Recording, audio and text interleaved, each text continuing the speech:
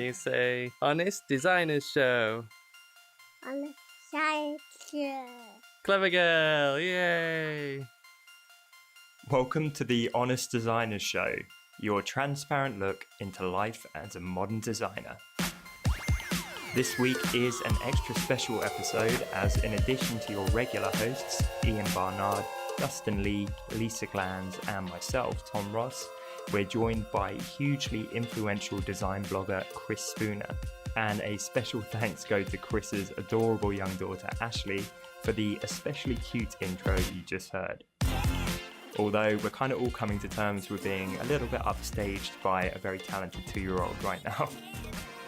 In this week's episode, Chris talks to us about how he's grown up his massively popular design blog and YouTube channel, SpoonGraphics, over a 10-year period, the benefits of providing free value for others, and how to pick an audience around your creativity, along with a host of other tips. We had a lot of fun picking Chris's brain this episode, resulting in many nuggets of wisdom, which we hope all of you at home will find valuable. Let's get into the show.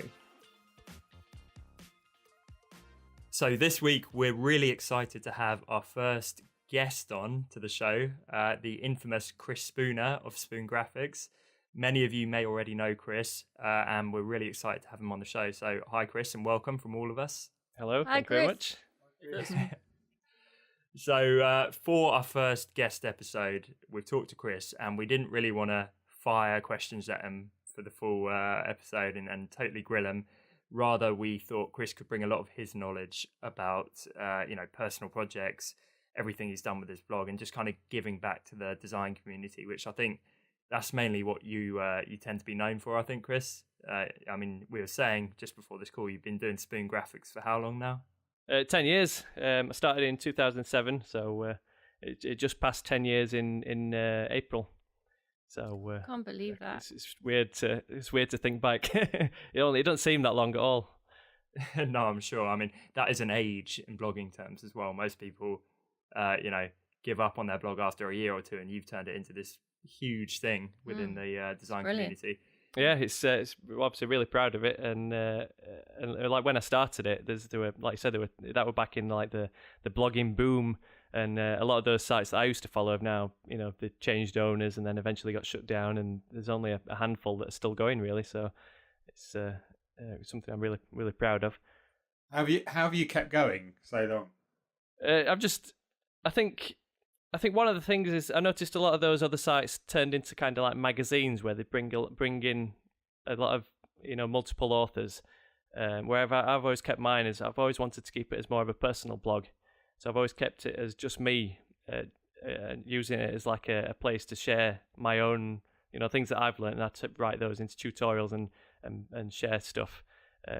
Whereas I think a lot of those sites, if you start bringing in authors, and then it turns into like you need to bring in a lot of revenue to pay those authors, and then it's not, you've not really got there's no passion behind it. Then it's just a case of like just keeping it going. So I think that's why a lot of those other sites might have shut down. And I've just basically had my little routine of writing a post every week, knowing that every week I need a post for Monday, like a tutorial or a freebie or an article or something, and then that's just then grown to I did that membership, so then I need to like work with other people and create an accessible areas post for a Friday, and then I added in the video tutorial, so now I need to just do a post on a Wednesday. So it just followed that schedule really for the last 10 years. It's just routine now, so it feels weird like not getting to the end of a week and thinking, I'm just used to knowing that I've got to create another post for following Monday. So how do you come up with all your routine? Yeah, how do you come up with all the different angles or ideas or tutorials? I mean, what do you get ideas from? I want to know that. Yeah, from your community, or is it just something that you're always thinking? That's definitely most difficult thing. It's coming up with ideas. Sometimes I'll get to like a Saturday or a Sunday, and I've still not thought of a topic. I've spent all week, creating something, not liking it, scrapping it, starting something else, trying to think of another topic, and then I eventually just find something and put it out, and then day after, then I need to think of something else. So that's definitely the most difficult thing. But to come up with ideas, it's just browsing Pinterest, browsing design inspiration, websites. Some of them come through suggestions. I'll keep you just get inspired by all sorts, don't you? It's a similar thing with all you guys who create products. You kind of like see things and think, oh, I'd fancy having a go at that, or that's something I could do, and you just work it into like a tutorial or freebie or something, and yeah, I definitely know what you mean on that front. For a bit of context, I actually had my own design blog. I think the same year or possibly the year after, like 2008. So that's kind of how I originally. I remember Chris, PSD fan. Exactly, it's still kind of going. It's sat there anyway, and it was never as good or on the same scale as Chris's. But I remember the two of us starting out back in the day, just learning how to blog, and it's been a crazy journey, as you say. Blogging's completely changed and evolved, and I do remember being in the same boat of thinking, how am I going to get my ideas? And it would be something as random as you'd read a print magazine and see an advert in it or something and be like, oh, that's a cool effect. Maybe that could be a tutorial. So it can come from anywhere, right? Yeah, you see things you might, you go to shops and you see anything that could be like a greetings card or something with a certain style, or, some t-shirt or something. It gives you just an idea, I could make something like that and show people how to do it. I'm curious, when you first started talking about posting, it was inspiring because you talked about how you made it sound really simple. You said, I just post once a week. Is that pretty much your plan, is just every Monday something comes out and essentially that's it? That sounds so much, makes it sound so manageable. Yeah, basically it? Yeah. Like, I want your job. I mean, over years, thinking back, a lot of those other blogs used to post, 3 times a week or every day, and I used to think, should I increase my posting frequency? Because obviously, the more stuff you put out, the more traffic you're going to get. But I'm glad that I've always stuck to my one main post per week, because it's helped with that longevity. Like I say, I still struggle sometimes coming up with topics idea for one a week. So if I'd have increased that, I mean, nowadays I'm also doing a video tutorial every couple of weeks, so that's like more ideas that I need to come up with. But it's I think that's helped keep it going, because it's been manageable, which is why I haven't managed to keep it going. So it's just one tutorial or post a week, and then maybe one video every 2 weeks. Yep, and then the Friday posts for those Access All Areas members. Nice. That's cool. And to give a bit of context for the listeners, you actually used to do client work, right? And so this blog started on the side. I'd love just to fill the listeners in with a bit of background on how that transition really happened, and because you do it full time now, don't you? Yeah, I can. I'll go through the whole history. Just before 2000, about 2006, I'd graduated university, and I'd happened to land my first full-time job as a graphic designer at a local studio. During that time, I was using other design blogs. Like I say, about that time when all these sites were springing up, like Smashing Magazine and Bitbox and what are the classic ones we can think of. But I used to use tutorials to learn how to do things that I needed to do for the projects that I was doing at work. So after a year or so, I decided that I'd set my own blog up, because it was like this big thing. I thought I'd install a WordPress blog on the subdomain of my SpoonGraphics portfolio, and just use it to just learn WordPress, so I could use WordPress on the sites that I was building at work. And I started posting out, tutorials based on Illustrator, which was my preferred, my preferred program.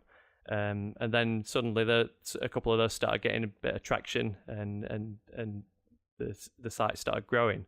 And then after a couple of years, during that time, that were bringing in inquiries that I could, freelance inquiries that I were working on evening and weekends. And then they slowly increased to a point where I started enjoying the work I was doing evenings and weekends more than the work I was doing in my day job. So I quit my day job and went into freelancing.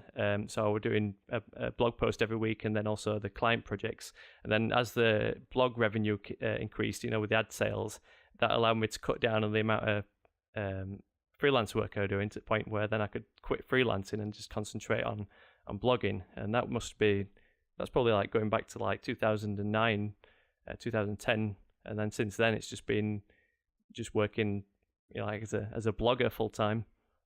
That is amazing. Can I say that I remember going to your personal site when you were doing both, but you had on your site that you weren't taking on any new projects, and I was like, oh wow, what that be like to be able to say that. I was like, oh. It's amazing. It's a very cool journey, and Chris, I know you're a listener of the show yourself. You've admitted.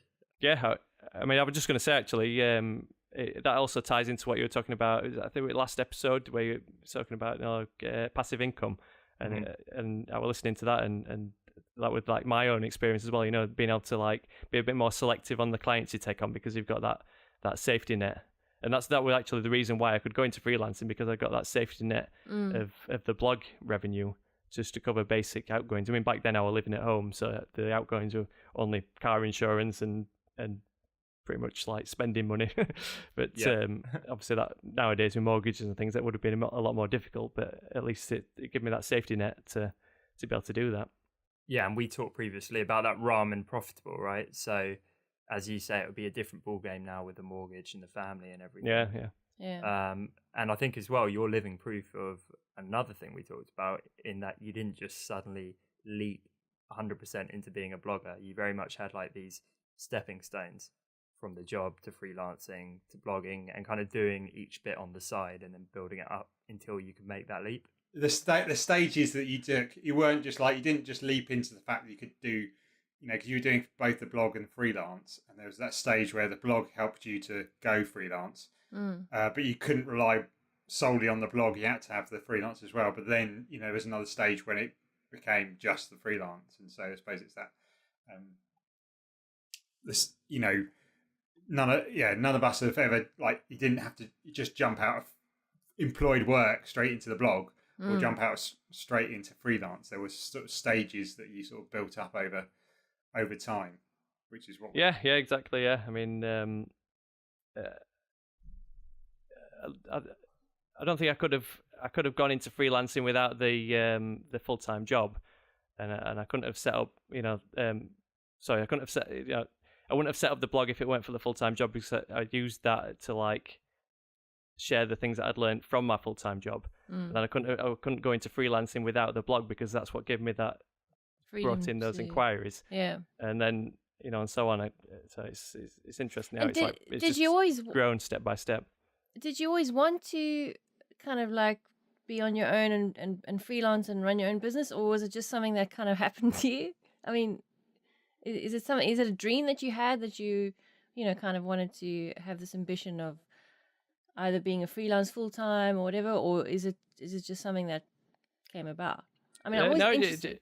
It just came about really. 'Cause I knew right from school and college, I've always followed like the artistic subjects, so I always knew I wanted to be a designer. Yeah. Lucky enough to land the first job that I applied for straight out of uni as a graphic designer. But then, like I said, the projects I ended up working on weren't as enjoyable as the stuff I was getting to work on, off my own freelance sort of stuff in evenings and weekends. Plus, there were a bit of conflict of interest when my boss found out about my blog, and he gave me an ultimatum of because I was bringing in client work and I was working on evenings and weekends. It was kind of a conflict of interest that I should have been using, like passing those clients on to the business, and then it kind of gave me an ultimatum that I had to either rebrand the blog for the business or shut it down. So that's when I handed in my notice. I'm curious, when you started. So I've been like everyone, I think, reading your tutorials and going to your site constantly. And I remember learning how to first use brushes and how to first do, the first effects I ever learned in Photoshop from going to your site. And there was never a sales pitch. It was always, you were just teaching stuff. I'm curious did you have like a master business plan? Because you've been able to purchase yourself a home and provide, a good living for yourself essentially by teaching. And I never get the overwhelming feeling that you're selling. Do you have have you since the beginning a master business plan, or have you just been sharing and that's just organically been creating like something that has provided you with a living? No, not at all. I've been completely rubbish when it comes to the whole business plan side of it. It's only actually recently, big thanks to Tom, who's helped. I mean, this house is really a result of Tom's advice, and he kind of transformed some aspects of it, and like bringing in new revenue streams and increasing revenue from like the membership by offering tips on how it should, like redesigning it and stuff. So in hindsight, you look back and you think, oh, I wish I'd have done this sooner. It's like the whole idea of like it's what everyone says about the the email news mailing list. Everyone always says, "Oh, I wish I'd have set one up sooner." Because it's only a few years now that I've had an email newsletter. Whereas if I'd have set that right from day one, it would have been massive by now. But I remember you being stuck on RSS. Yeah, and us having the conversation, Chris, this is dying. You need to make the leap. And yeah, exactly. I mean, you think in terms of like web technologies, I mean, email newsletters have been around since like day one, pretty much, haven't they? And then RSS came along, and that were really popular.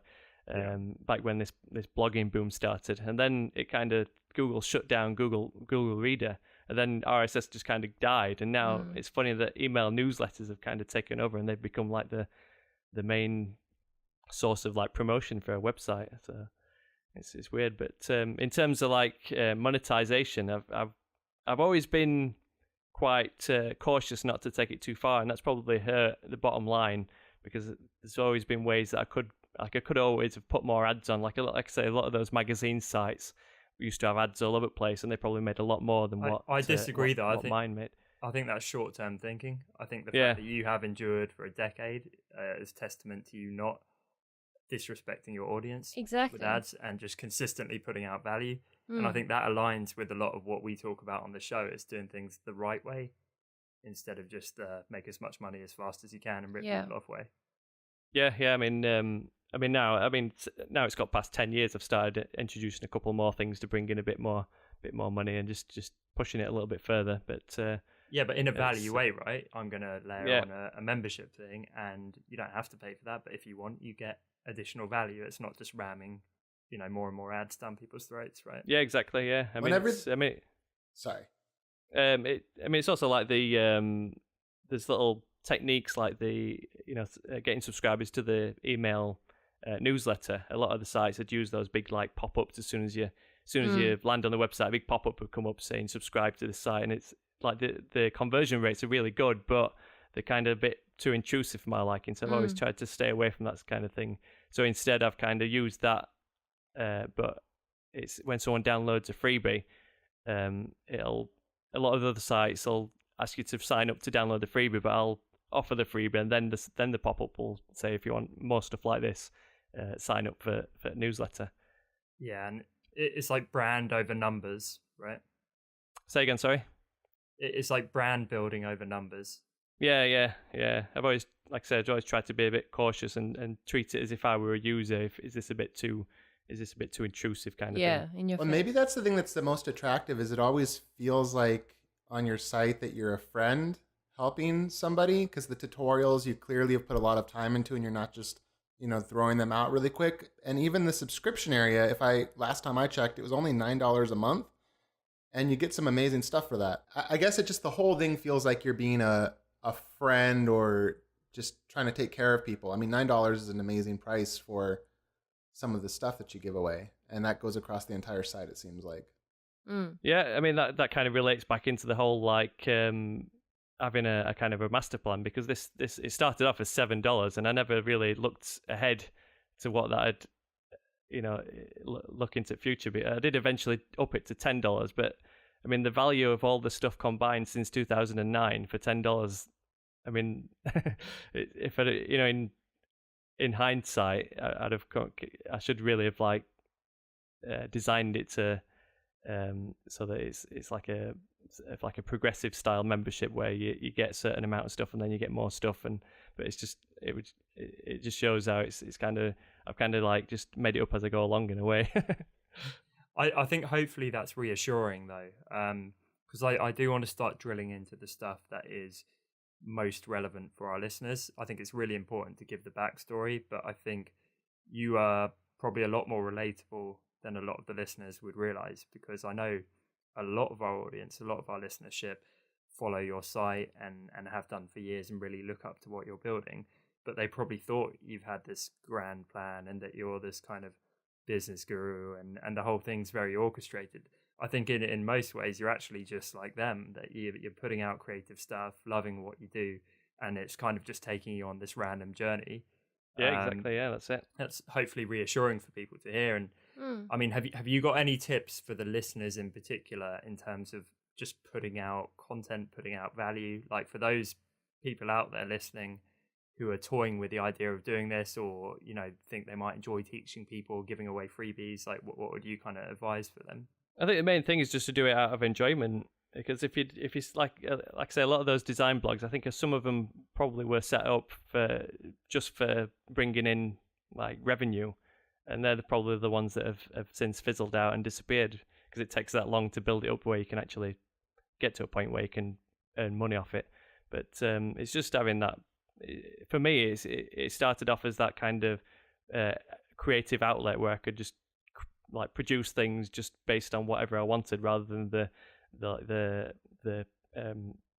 jobs that I had to work on at work. Like I'd be set with a specific design that I had to create, and it might be for some like boring client, whereas I could create whatever I wanted at home and then create a tutorial or whatever based on that design. So it's just that that kind of passion and using it as a creative outlet. So it's just following your passion, really, because some people they might discover they actually hate writing tutorials. I mean, I did it myself for years. I didn't hate it. I enjoyed it, but it took a lot of time and effort. So a lot of people, that probably wouldn't interest them at all. And maybe they should follow client work or agency work because that's truly what they love. But I don't know. I think maybe for anyone listening, don't necessarily try to be the next Chris Spooner.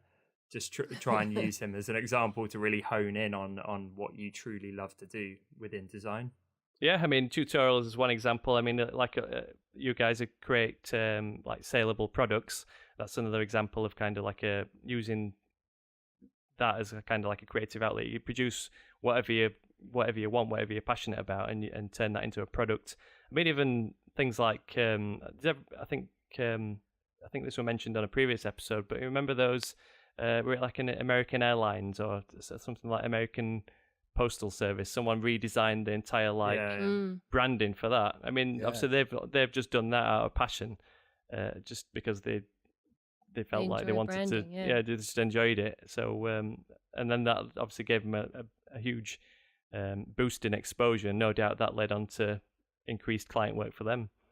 So and there's no it's just I don't think you can orchestrate it, right? You can't sit there and map out like your next few years of where your design career is going to progress to and try and orchestrate every little step and detail of that. It just doesn't work that way, and that makes the whole thing really cold and impersonal, and people sense when you're trying to do that, I think.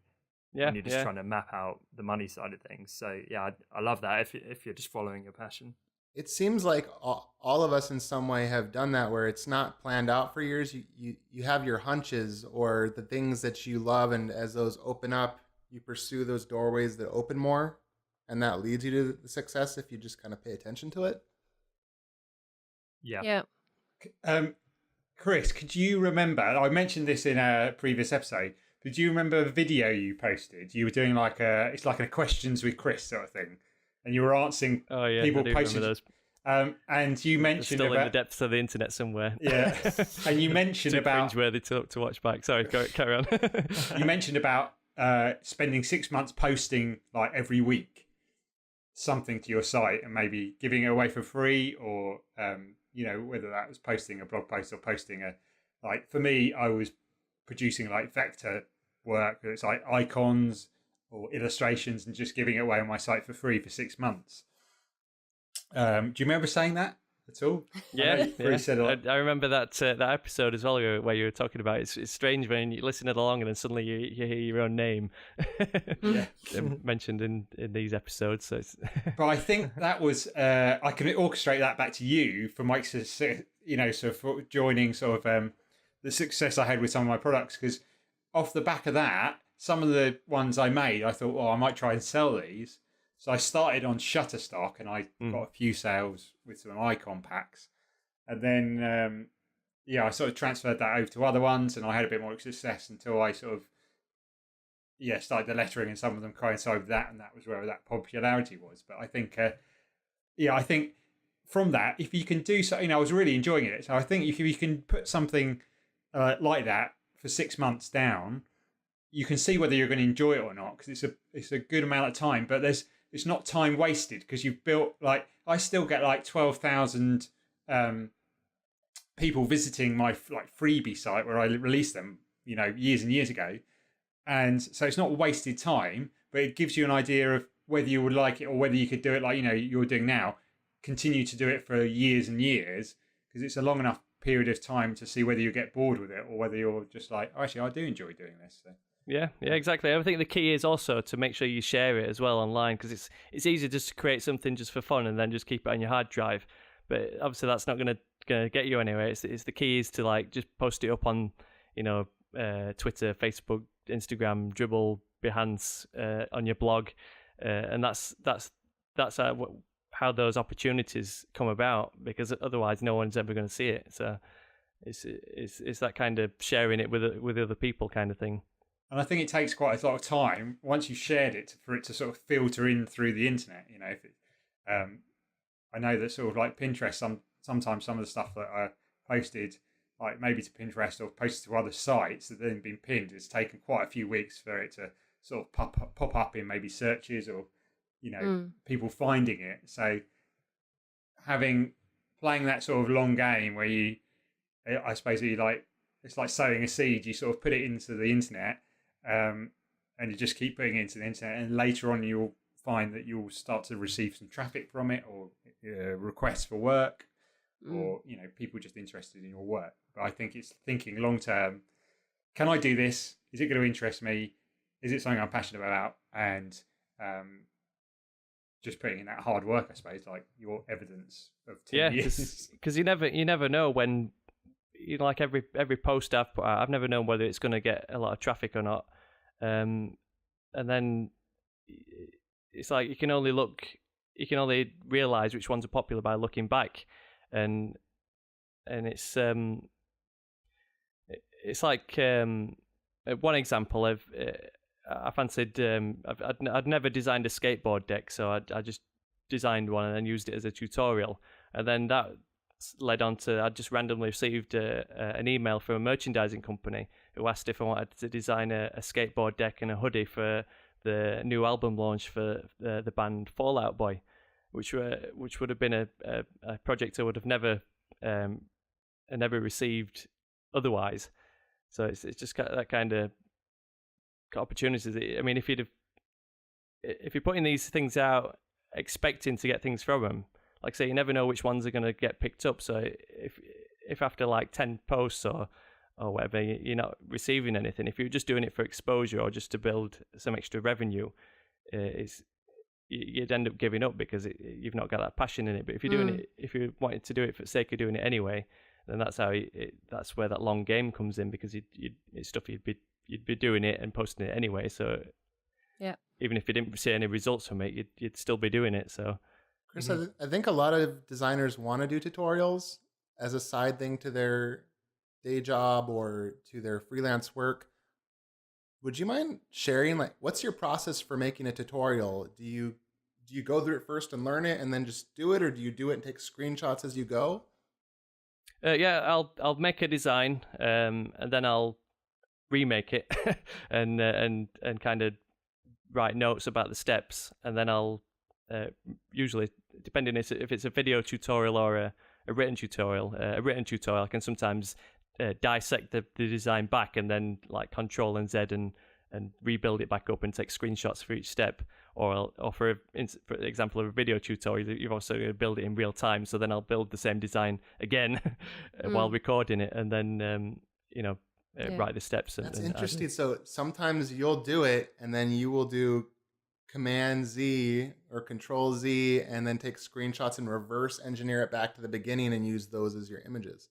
Yep, sometimes. I mean, depending, like in Photoshop, I can delete a number of layers, take a screenshot, then Control Z, bring the layers back, then delete the next number of layers like one step ahead. Clever. Am I the only one that thinks that's insanely brilliant? 10 years worth of experience. I was going to say, if you're doing it every week for 10 years, you work out the best ways of doing it. But it takes a long time. Yeah.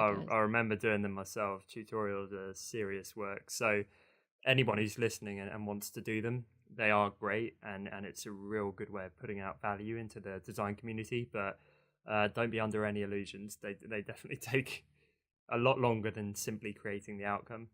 Yeah, I can attest to that. Chris, I kind of want to give you the title of like the king of personal and side projects, to be honest, because I think you're one of the best examples I've ever known of doing that. And I don't know what's stopping people from doing more of them. I would love to see more. Everyone listening, I'd love to see, tag us in whatever you're working on. I feel like everyone gets so swept up in the client projects and everything else, they never stop to actually remember, I'm designing just because I love it. And it's That's that true. thing when you start doing something for a living, it becomes less fun some of the time because there's a lot of pressures that go with it. It's like I miss it myself. I miss just designing for fun without there always being some important project hanging off the back of that. It's so true. So we need more of it, basically, is the point I'm trying to get across. Yeah. And not only do we need more, but Chris, I think you're a great example of where that can take you. So worst case scenario, which is still pretty cool, you just enjoy it and that's your passion. Best case scenario, it turns into this huge thing which you never even expected and just took you on a completely different life journey. Yeah, exactly. I mean, you learn by writing a tutorial, you learn things yourself because by trying to explain how to do it, you need to be able to figure it out yourself in a way that to realize why you've done a certain thing. You need to understand your own technique in a way. It kind of helps reinforce your own methods and things like that. Yeah. And obviously over time people then suggest other ways you can do a certain thing in comments, so then you can kind of learn from other people who've followed your tutorial, and you can streamline your own workflow by using a different technique or certain shortcuts and things like that. What would you say about... Oh, sorry, go on, Lisa. No. I was just going to ask, sort of off the topic. Do you find that your written tutorials are more popular than your videos, or the other way around? Well, because the YouTube channel's only a couple of years old, it was that the written tutorials had had that many years of being sat in Google search. But when I set my YouTube channel up, at first it was the blog that was giving the YouTube channel exposure, because I did embed every video as a blog post. But now some of those videos have been picked up on YouTube search. One in particular got picked up under the keywords Photoshop tutorial. I think it's around about 5th place on the ranking. So that led to wow, that's crazy. That got over 1 million views, and that gave the channel a big boost. And then it's got to a point now where the video tutorials on YouTube in some cases getting more views than the content on my website. So the YouTube channel's giving exposure to my website. Okay, which is awesome. I think that's what we're all secretly hoping with this podcast, where it becomes bigger than all of us, and that's the main way people find us. But all joking apart, we are doing this show as a passion project, and we've got you on today because I wanted everyone to properly meet you and thought it would be a fun conversation. This isn't part of a grand master plan, but I know in my gut, we're doing something fun and good and enjoyable, and it's going to lead to a positive place. I've had so many emails and comments coming back, more than a lot of full-time work stuff. Bearing in mind it is a little side project, which we just do for enjoyment. It's actually got more attention than a lot of other stuff, and seriously, that's been partly inspired by you, Chris, because as I say, I've kind of followed you doing these side projects and personal projects and be like, that's a good idea. Well, thank you very much. I mean, from my point of view, like I said, I've watched this, listened to this show right from day one, because I know of all of you from speaking to you all by email. But since listening to the show, it's kind of made me feel like we're all best mates, because it's kind of given me an insight into all your characters. You know, by hearing your voice and listening to you all interact. So coming on part of the gang. Coming on to this episode, it feels like I already know everybody. I mean, there's only Tom that I've spoke to over the phone before, but and everyone else just by email. But it's as if I know everybody already. So that's kind of a benefit of this kind of podcast, is that it gives people it allows you to connect to people in a way, and that can that boosts your own kind of personal brand. And that kind of leads on to my next question. I was going to ask you about that community. So, you know, we've got the wider design community, and how do you feel in terms of getting out there and basically getting involved in it and not operating in a bubble? I mean, back in the day, I was probably a lot better than this than I am nowadays. I'm kind of a bit of a hermit now, like a digital hermit. And I don't. I mean, I used to do quite a lot of Love that term. a lot of you know, I used to follow quite a lot of blogs. I used to comment on posts. I used to do, you know, interviews and interview other people, you know, other designers. But I think it's since that demise of Google Reader, I've kind of lost, I've kind of lost contact with a lot of those blogs that I used to follow. So nowadays, I mean, I used to tweet a lot more than I do now, and things like that. So that's something I'm not very good at now, but there is a big benefit to it. Yeah, you're only one guy, and you're one of the most prolific people I know in terms of your output of content and juggling everything you're doing. It's like I've got the benefit of a team behind me, and you are on my hit list of people to have a serious chat with about delegation, along with Lisa Glanz, because I know both of you can benefit with that. And I know I've mentioned that to you before, Chris. But yeah, I think really being aware of how much you have done and achieved as a single person, operating alone is pretty staggering. And I definitely wouldn't discount those earlier days of being perhaps a bit more entrenched in the community, because you need to do that stuff to really get recognized. You need to put your name out there and give back, and people just see that. I think that's how you get noticed. I think something that's been really inspiring is you do the tutorials, of course, and then I realized it seems to me that it's just your nature to share what you do. I know when you moved into your house and started renovating, you shared it, and you did a heck of a job of sharing that. I found it fascinating to watch renovations, which I have to be honest, I'm not a big fan of watching renovations on videos, but I found myself like enraptured watching you do them. And I've also seen you share things about motorcycles. So you have a talent for sharing the stuff that you enjoy doing in a way where it becomes interesting to the person that's consuming it. So that's been inspiring to do. I mean, do you feel like there's a secret to that?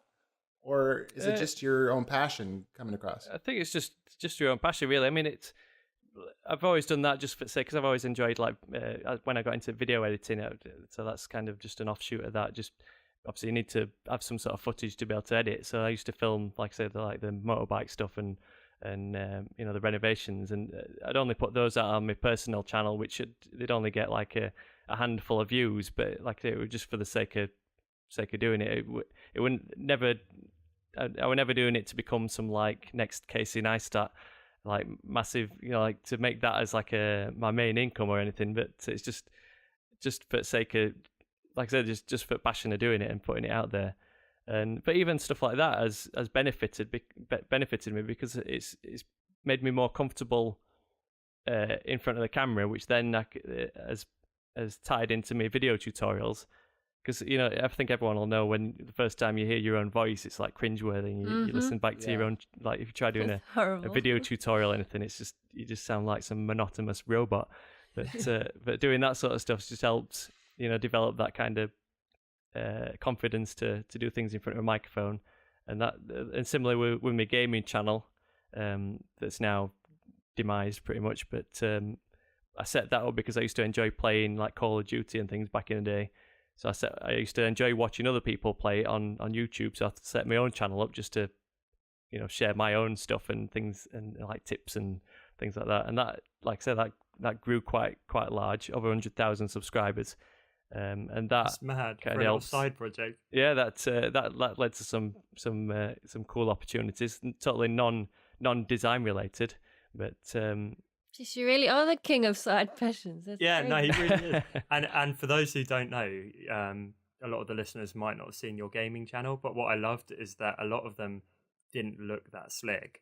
And Chris actually brought his design talent into the channel. So he'd have all these cool like animations and graphics pop up where it would be like the gun he was using came in with stats about it, and that would all be designed.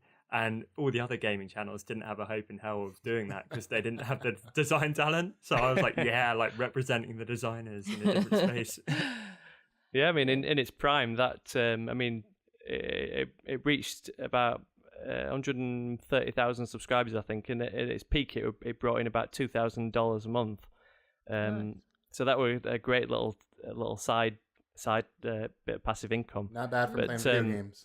Yeah, exactly. Yeah. I mean, like I said, I never wanted that to take over my main design stuff, but it was something. If I were playing game, I'd want to make that time a bit more productive. So I started making videos on it. So then I love that. I swear that there's going to be a teenage listener right now being like, "See, I told you, Mum. Yeah. It is possible." It's a legitimate, well, exactly. I mean, legitimate a lot of these big gaming YouTubers are like young like can teenagers, imagine. early 20s, and they're making loads. Yeah. Do you But, still get money from that channel then? It's just a few dollars here and there. I've not updated it for ages. I kind of lost interest with all gaming stuff. I just love the think. fact that you do so many things that it feels like you don't know how to do it and you just start trying to do it. I remember being particularly impressed on the SpoonGraphics channel or site when I saw you did a tutorial that I was searching to learn how to do to build my own WordPress site, and you had built part of a WordPress site. And I was shocked because it's very rare you see designers that also know how to code and make a WordPress site. It's intimidating to use PHP and MySQL and figure it all out. And I thought, wow, Chris just figured this out and like did it to his site. That sounds horrifying. What if it went wrong? And then you posted it on your site, and yeah, it was just amazing. Yeah, I mean, all that stuff was stuff that, like I said, back when I was working this full-time job as a graphics / web designer, that's the sort of stuff I needed to learn to be able to build client websites. So I learned that from following tutorials from these other design blogs. So that's kind of like me sharing that same knowledge that I'd kind of learned in my own way to pass it to other people. So do you ever it's hire other all people stuff to that I'd do learned for things? free. Say again, sorry. I'm sorry. Yeah. Are there ever things on your site or that you hire out to other people, or do you literally learn anything you need to do and figure it out? No, it's all stuff that I've just learned. I mean, over years, it's little tips and techniques I might have learned from other tutorials, but it's all stuff that I've created. It's amazing. And do you ever doubt yourself? I mean, I know this is a little weird question, but like do you suffer from fear that people are gonna reject what you're doing? Or I mean, I don't know. I'm just thinking from an artistic point of view. Every time I put a product out, I don't know if Ian or Dustin's the same, but you have this like worry: will it be effective? Like, will people like it? Will they buy it? Do you ever have that when you doing your stuff? Yeah. I mean, sometimes I've thought, is this design a little bit too basic to put as a tutorial, because it's just like covering some techniques that you think everyone knows, but then you suddenly find that becomes more popular than a lot of the others because there's always someone who didn't know that particular So technique do you just or whatever. do it anyway? I mean, is that if you have doubt, do you just kind of like, okay, well, I'm just going to do it anyway? Yeah, I mean, every week there might be a topic that I think, I definitely don't like this design. It's not going anywhere. I don't want to share that. Okay. So I'll scrap it and start something else. But yeah, I mean, you'll always find that no matter what you're putting out there's always going to be someone who's going to find that useful. True.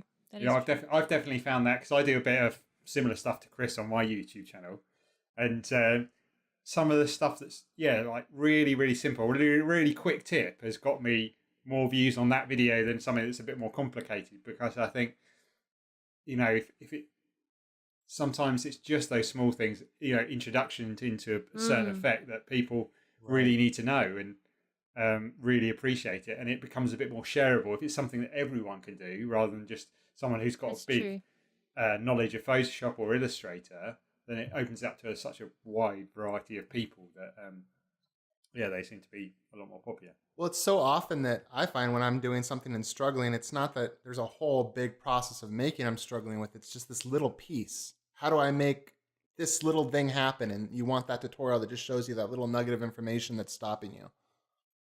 Yeah. I mean, that's the benefit I found from other people's tutorials as well. Back when I used to read a lot of those other design blogs, I'd read I'd bring up the tutorials and just skim through, just because you can visualize how it's being made just by looking at the screenshots, and I think, oh, how did they do that particular thing? So you might just pick out from the whole tutorial, you might just pick out this one sentence or one shortcut or one technique that they've used, and then that's then memorized and added to your own bank of skills that you can then incorporate into your own tutorials. And it's kind of like, I mean, a lot of my tutorials, it's just repeats of the same kind of collection of tips and techniques, but you can create a different outcome every time by rearranging, like based on a different style, using different colors and things like that. Is Cool.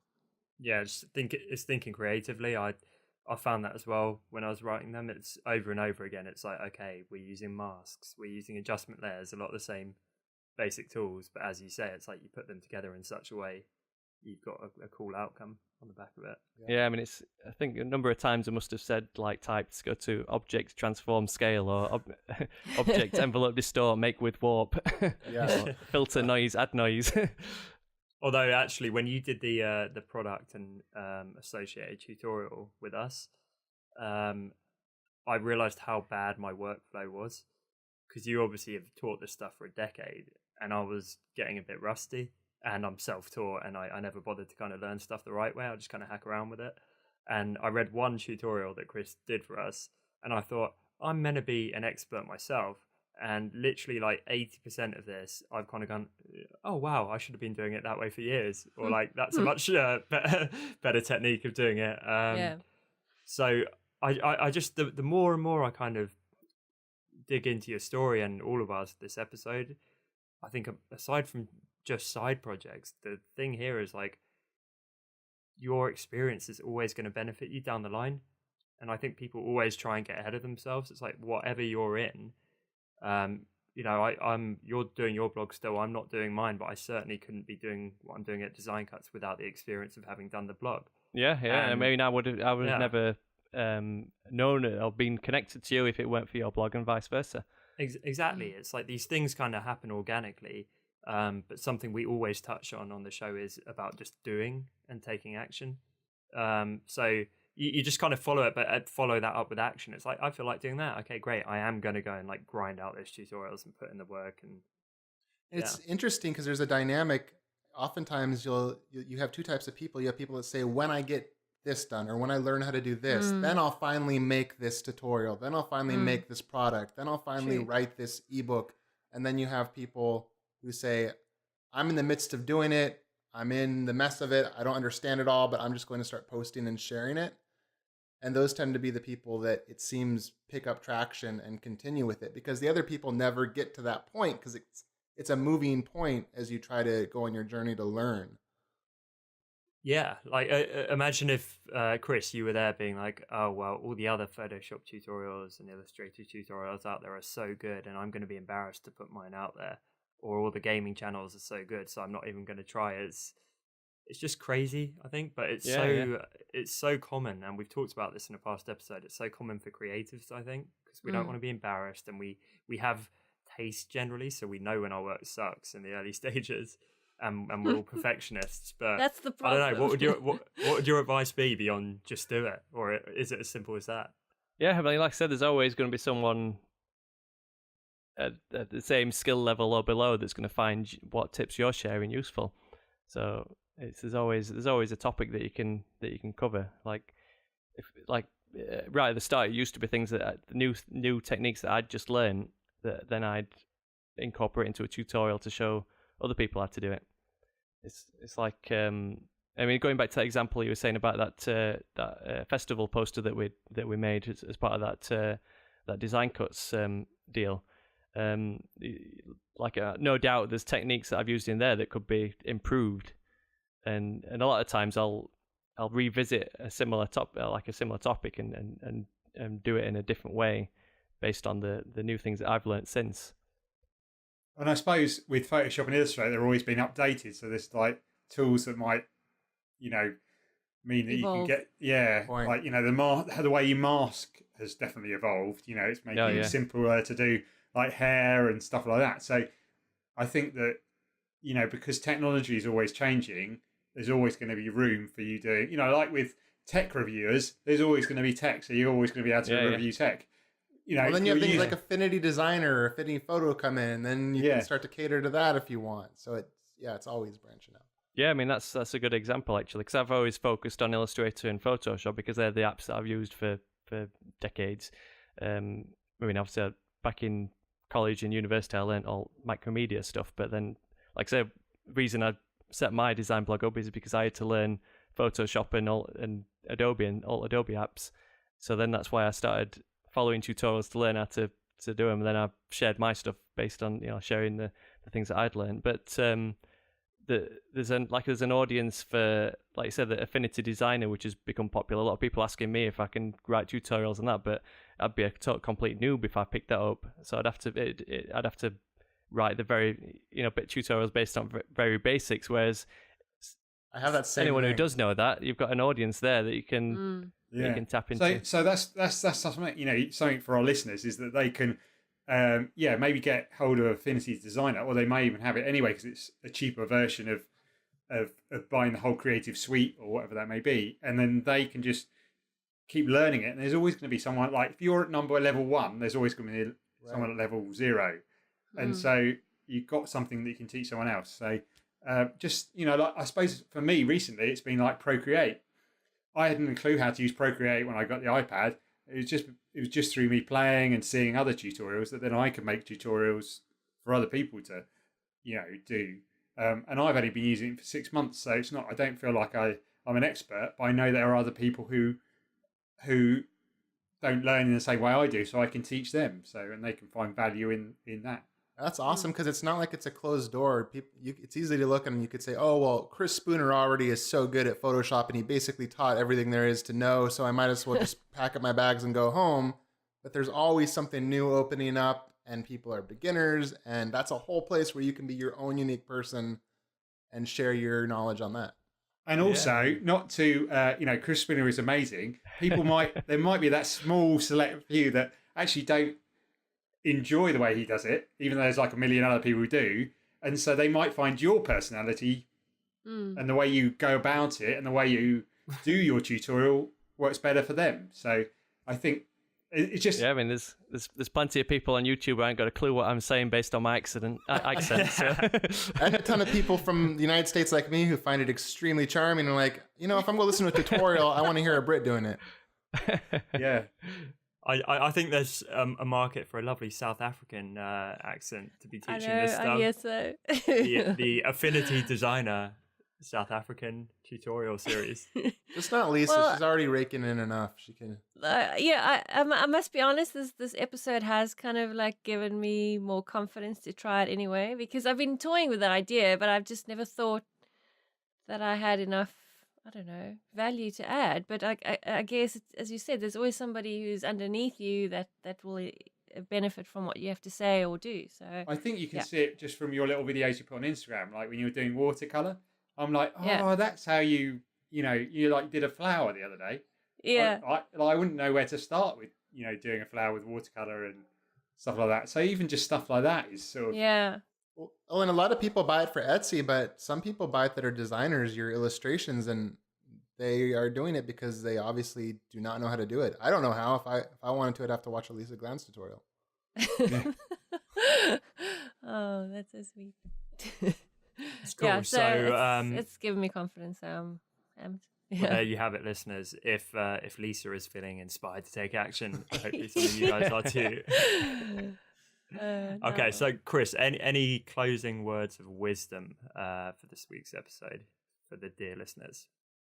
I guess, I think the key ingredients are to make sure you've got a passion in what you're doing, and just and so that you're making whatever you're making just for the fun of it, because otherwise you're just going to get burnt out, because you're either not going to you're not going to see the results for quite. I mean, all my various ventures that I've been on, whether it's my design blog or gaming channel or YouTube video tutorials, they've all taken about possibly a year plus to start kind of taking off, to bringing in like a consistent revenue or kind of bringing in like exposure. So I mean, if you're setting out to build these things hoping that you're going to get famous or rich from doing it, if like 11 months down, like 11-12 months down the line, you've not seen a single like opportunity arise from it, you're just going to give up. So as long as you're doing it because you want to do it, I think that's the main thing. And then, like we said, the other thing is make sure you actually sharing it online, just with other people. And that's how you kind of build your own little community as well. You're sharing it with other people, and you find people with similar interests. I mean, that's a lot of reason why I started all my stuff, is to find kind of like online friends to share these things with. It's one thing to add to Chris, because there's like, the stuff you're passionate about, and actually this is what I'm doing talk tomorrow, and this is actually the 3 points that are coming out of it, so I don't mind sharing now because this won't come out till. But the third one was to inject your personality, which I think Chris has done really well. Yeah, because I think if I didn't know Chris as Chris, I probably wouldn't be as interested in his work. But I think, I've got to know him over the years without, only speaking to him via email. I feel like, on this call, it doesn't feel weird him being here, like his. Feels like you already know him. Yeah. Yeah. Whereas if it was the faceless owner of Snazzy Design Tutorials, it's not a weird shock when you actually meet Chris that he's this different guy. Yeah. Yeah, I mean, who are you, Chris? Really? There's all kinds of people on Twitter that I've kind of known for like over 10 years now, but I've never actually spoken to them like face to face. I mean, I've met a couple. I used to go to a couple of conferences. I mean, I used to end up paying for a ticket and then enjoy like talking to people between actual speeches more than I did actually sat quietly watching speakers. I think a couple of times I just went and gate crashed the after party just to, without paying for it, so I didn't have to pay for a main ticket for a main event. I just went and I've done that too, chat to people. but yeah, I mean, it's just, I mean, that networking for a start is that it can lead to all kinds of opportunities. I mean, there's people I mean, obviously I know all you lot from just by working on my own little section of the web. So it's funny how opportunities arise in all different. Well, and I know we're wrapping up, but this is kind of a good way to tag on to what you just said. Is I met you, Chris, if you remember, because I had just started Retro Supply and I had watched so many of your tutorials that when I made one of my first packs, I remember I sent it to you and I just said, "This is just a gift from me to you, and just it's yours," And I thought, oh, he probably doesn't want it. He won't care. He can make any of this on his own. But it was something I could give back. And then you said, "Hey, can I share this with some of my audience?" And I was over the moon. But it was just like a really friendly transaction. I love it. Good. Yeah. Good tip to end on, I think. And Chris, to be honest, I could chat about this stuff all day with you. So if you're willing, and listeners, do leave a comment if you'd like to see this. I'd love to have you back on another time, and maybe we can go even deeper into some of the nitty gritty, because I'm sure a lot of people who've listened are hopefully inspired to take action, but maybe a little bit stuck on a couple of the finer details, and the gritty reality of how difficult it can be, and the kind of day-to-day of getting it all off the ground and getting that traction. So if you're up for that, I'd love to have you back on another time, mate. Yeah, it'd be fun. Yeah, absolutely. I mean, if I try to respond to emails. Sometimes it takes me a while, but you're about 12 and a half times better than Dustin. Yeah, I was going to say, Dustin's the worst. Shame, Dustin. Sorry guys. Cool. No, Chris, it's been a pleasure, and from me and all my co-hosts here, really appreciate you jumping on and taking the time. It's been great. Thank you very much. Yeah, nice to chat to you all. Yeah. Cool. Thanks, buddy.